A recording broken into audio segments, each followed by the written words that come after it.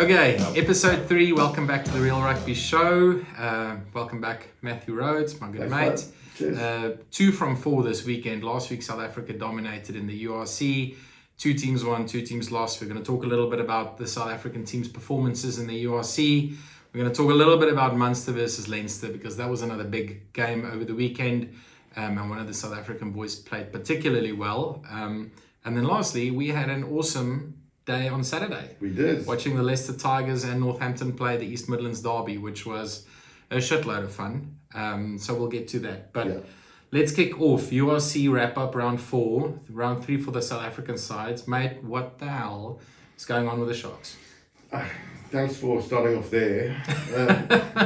As a lifetime Sharks fan, it is bewildering. Like, I don't know what's going on with us.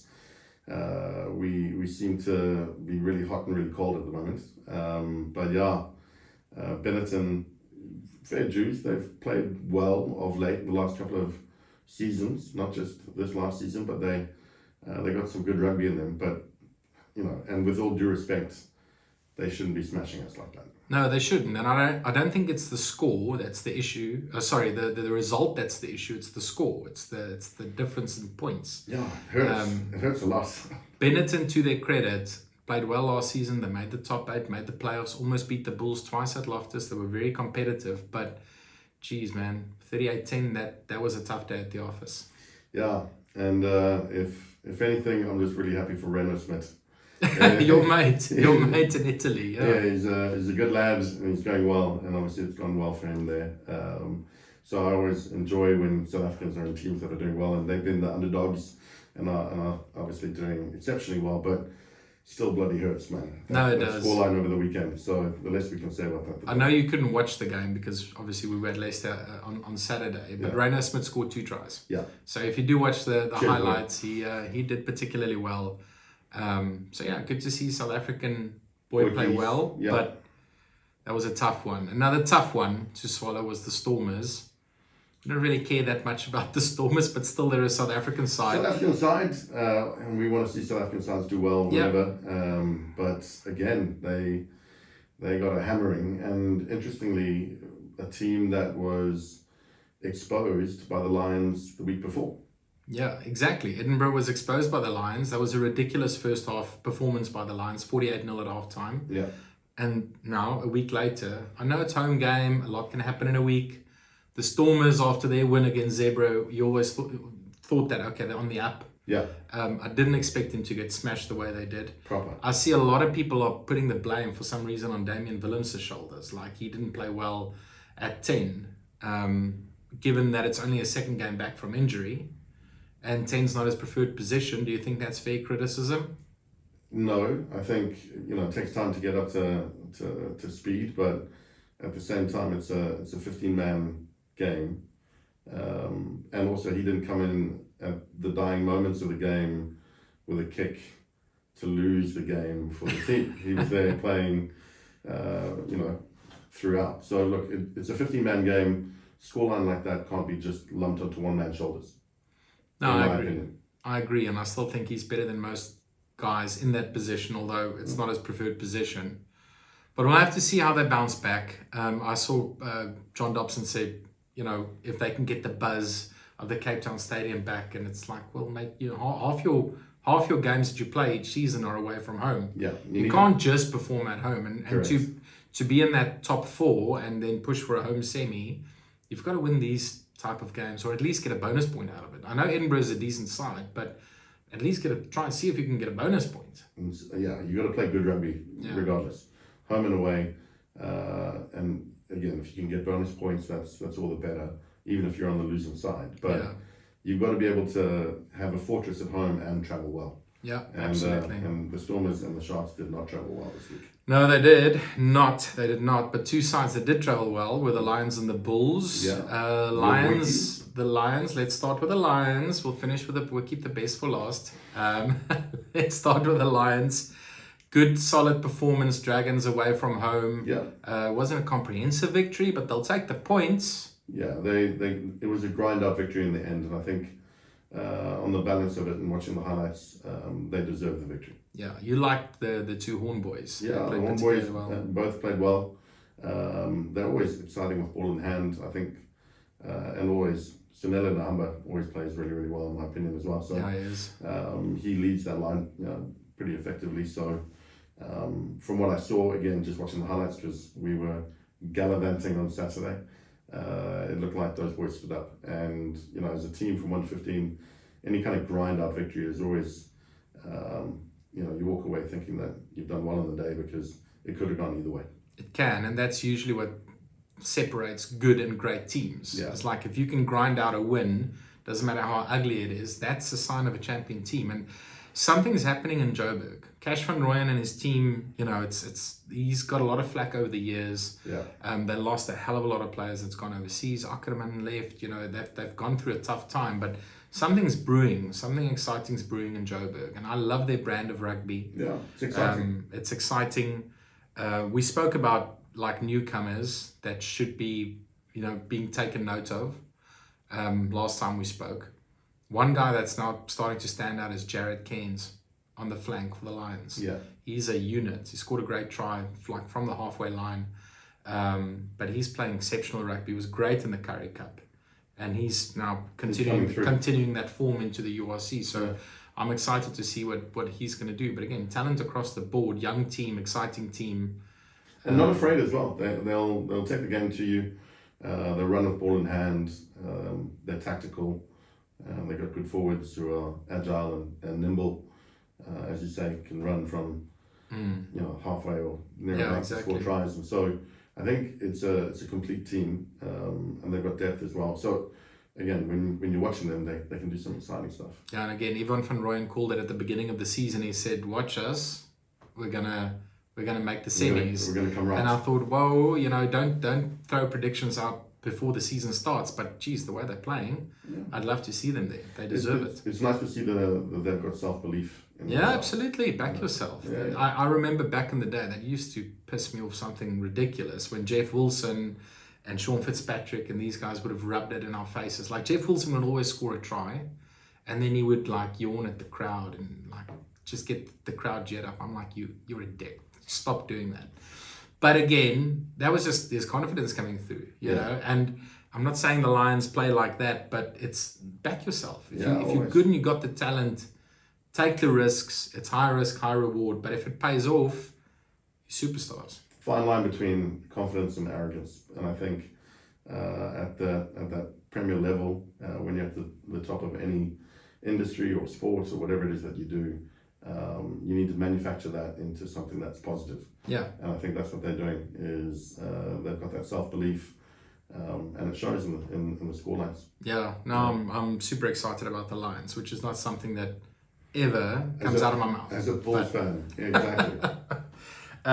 Okay, let's talk about Leading the Bulls. into the Bulls, your team did bloody well. Happy, 3 from 3.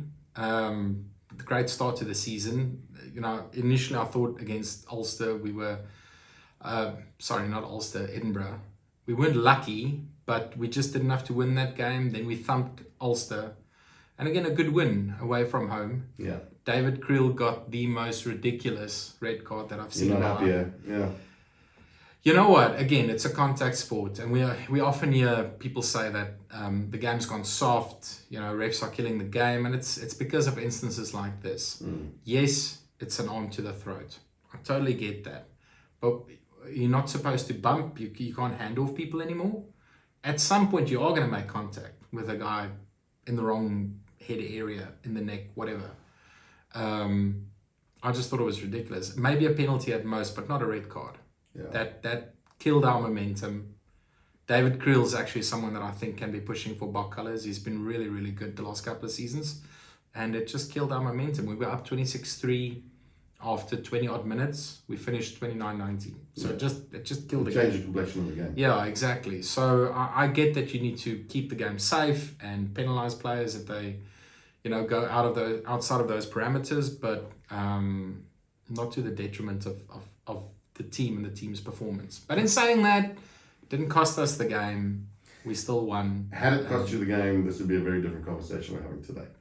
because if the momentum had shifted so significantly that they had overcome the deficit and then gone on to win it, that would have been seen as the turning point of the game.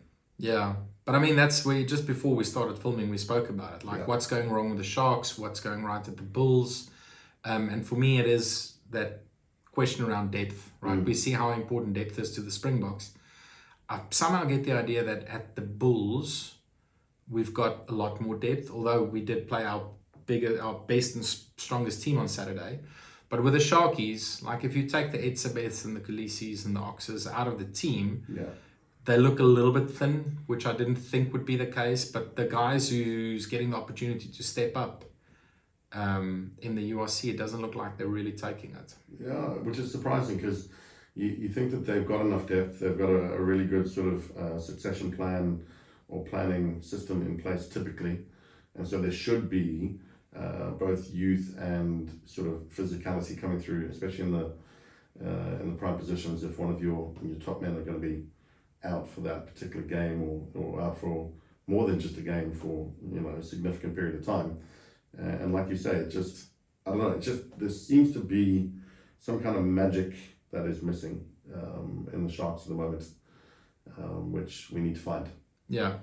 Well, I saw Eben's back, Sia's back, the Boks are back this week for the Sharks. So let's hope that reinvigorates them a little bit and they can get going. I really hope so. Last game we wanted to quickly touch on the URC was the big Leinster versus Munster derby at Croke Park. 80,000 people sell out. Amazing to see for just a club game. Yeah, and a great spectacle for the game.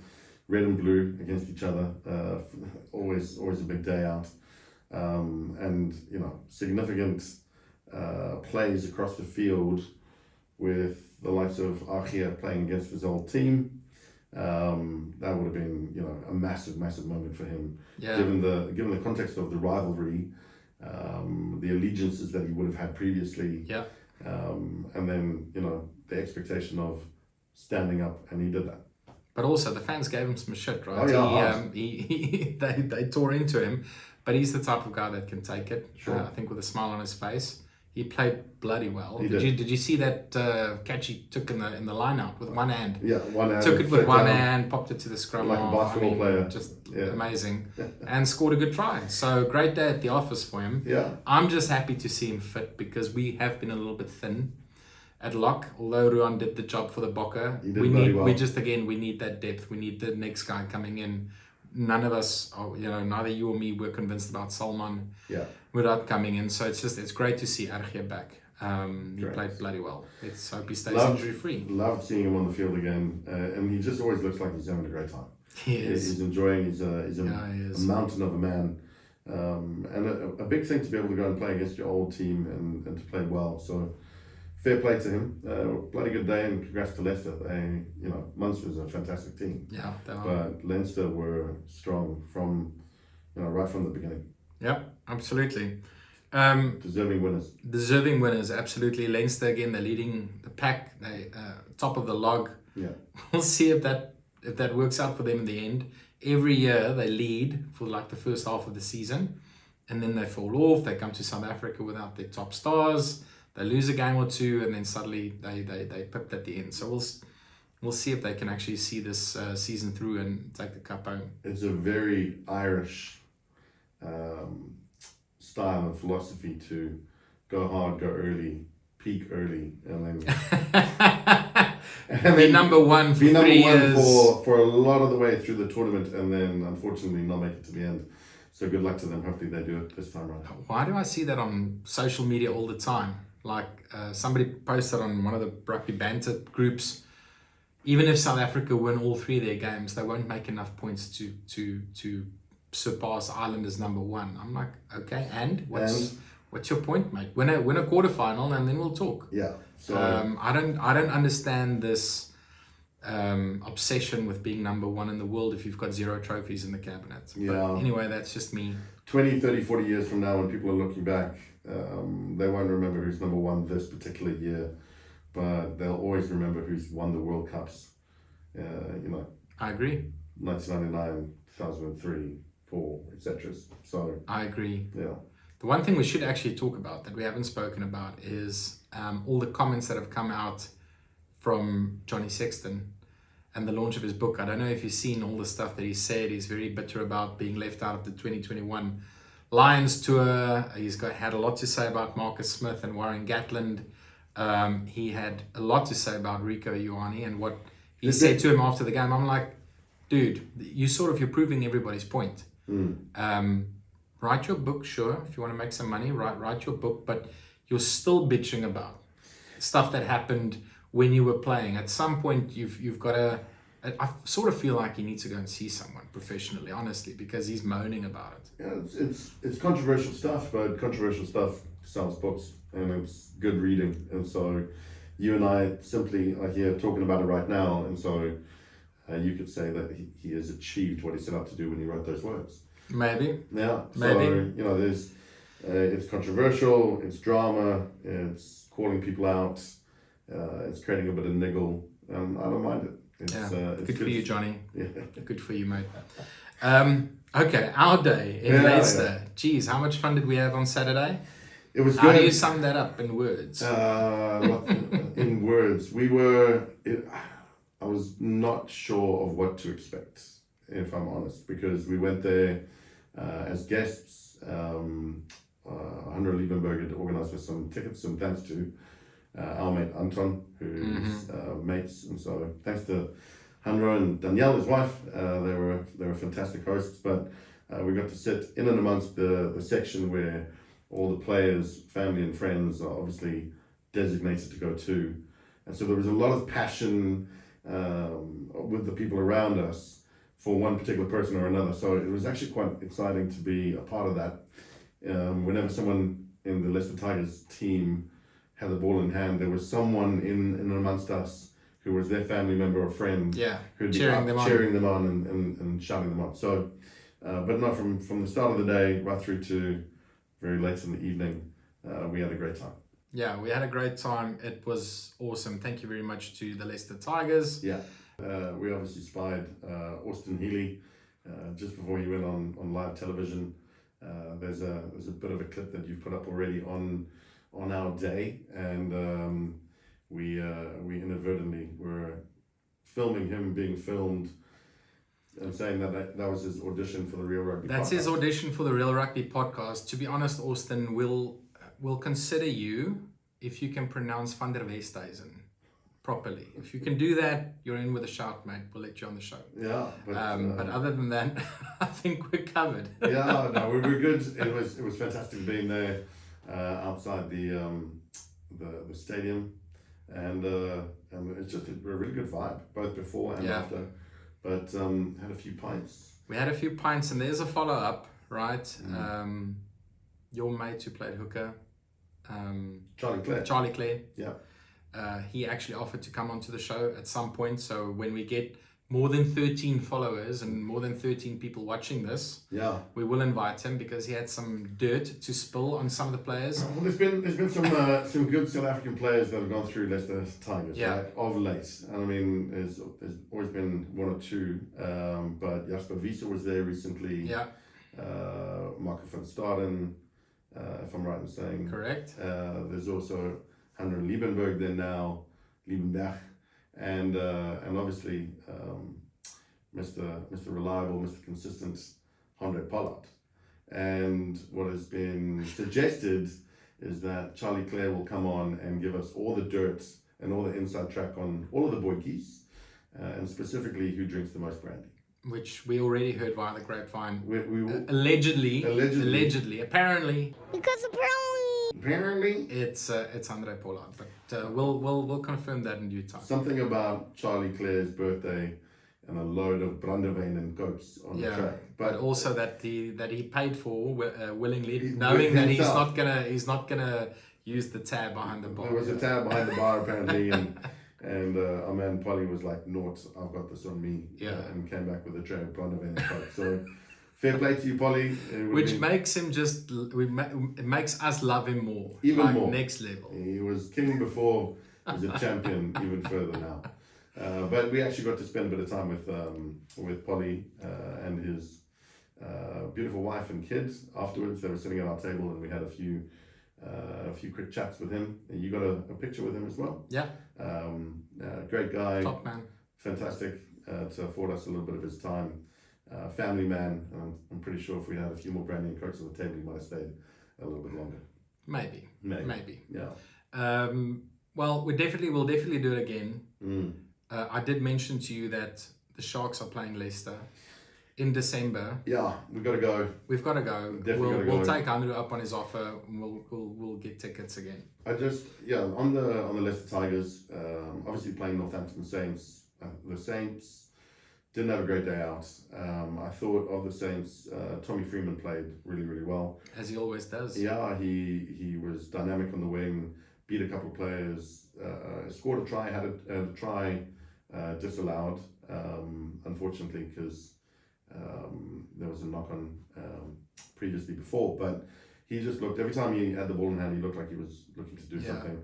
But on the Leicester Tigers side, there was stand-up players throughout. Andrew played well. I saw him being mentioned on some of the stuff that you sent me, like that he was particularly named. Yeah. Pollard had a okay day. Got a yellow card, unfortunately, for some head contact in a tackle, there was nothing in it really. It was suspect. It was suspect. But he kicked all his goals again. Didn't miss one. It was Mr. Reliable. I thought Ollie Chesney played well. Jack Van Portfleet, he played really, really well too. And then obviously Freddie Stewart at the back. Man of the match performance at the back.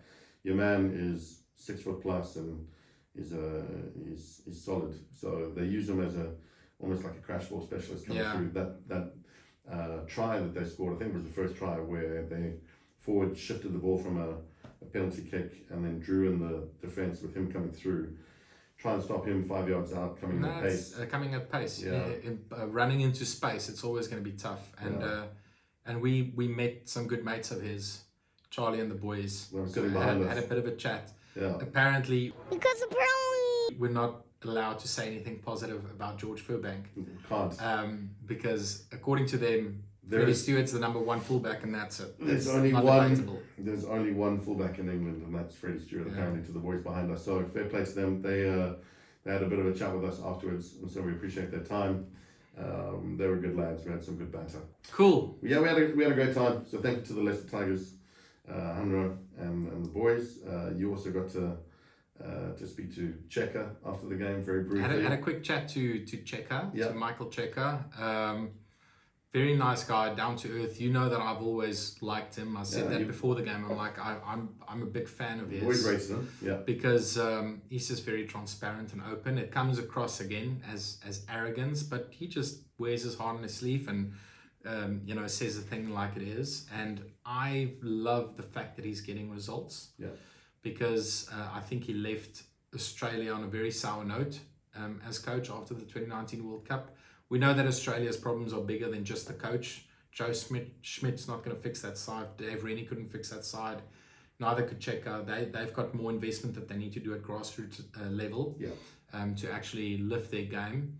So, he wasn't treated well, I believe. I was surprised when he left Argentina as coach because he was quite successful with them. But obviously they've got on to bigger and better things. So I'm quite chuffed for him, and I told him, I'm like, mate, I'm glad for you. I'm glad that you're getting results. You deserve it.